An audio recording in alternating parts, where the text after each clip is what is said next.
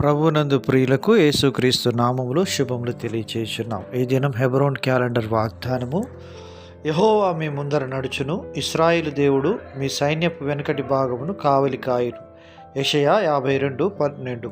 ఇశ్రాయేలీలకు ఆధారమైనటువంటి వాడు నరుడు కాదు, ఆయన దేవుడు. ఎందుకనగా ఇశ్రాయేలును కాపాడు దేవుడు కొనుకడు నిద్రపోడని దేవుని వాక్యము మనకు సెలవిస్తూ ఉంటుంది. ప్రియమైనటువంటి దేవుని ప్రజలారా, దేవుడు నీ పక్షంగా ఆయన సమస్తమును ఆయన సమకూర్చి నీకు ఆయన కాపుదలగా ఉంటున్నాడు. దేవుని వాక్యం సెలవిస్తా ఉన్నది, యెహోవా యందు భయభక్తులు గల వారి చుట్టూ ఆయన దూత కావలి ఉండి వారిని రక్షించునని కీర్తన 34:7 ప్రభు సెలవిస్తున్నాడు. ఆనాడు ఇశ్రాయేలు ప్రజల పక్షంగా ఐగుప్తులో నుంచి బయటికి వచ్చినటువంటి మన పితరుల పక్షంగా దేవుడు గొప్ప కార్యం చేస్తూ వచ్చినాడు.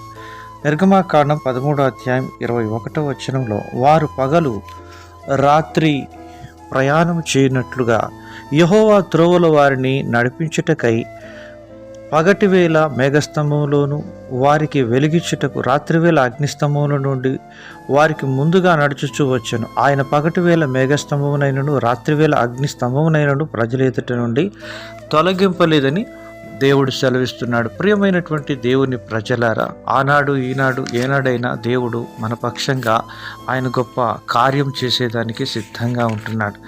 దేవుడు గొప్పవాడు, సర్వశక్తిమంతుడు. ఆయన నీకు ముందుగా పోవచ్చు మెట్టగానున్న స్థలములను సరళం చేసి ఇత్తడి తలుపులను పగలగొట్టేదను, ఇనుప గడియలను విరగొట్టేదను ప్రభు సెలవిస్తూ ఉంటున్నాడు. ప్రియమైనటువంటి దేవుని ప్రజలారా, దేవుడు మన పక్షంగా ఉండి మనకు ఆయన సహాయం చేసేవాడుగా ఉంటున్నాడు. ఎందుకనగా దేవుని వాక్యం సెలవిస్తుంది. హెబ్రీ పత్రిక 13:5 నిన్ను విడువను, ఏమాత్రమును ఎడబాయను అని ప్రభు సెలవిస్తూ ఉంటున్నాడు. మరి దేవుడు కాపుదల ఇచ్చేవాడుగా ఉంటున్నాడు.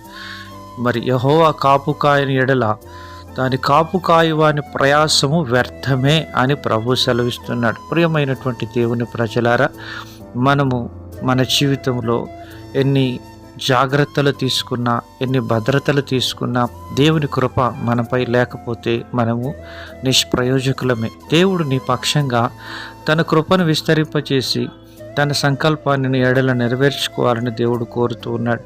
నీ చుట్టూ ఎన్ని పరిస్థితులున్నా, ఎన్ని ఆటుపోటులు ఉన్నప్పటికీ ప్రభు నీకు సహాయం చేయడానికి సిద్ధంగా ఉన్నాడు. దావీదు పక్షంగా దేవుడుండి కాపాడుతూ వచ్చాడు. నిన్ను కూడా అలాగనే కాపాడును గాక.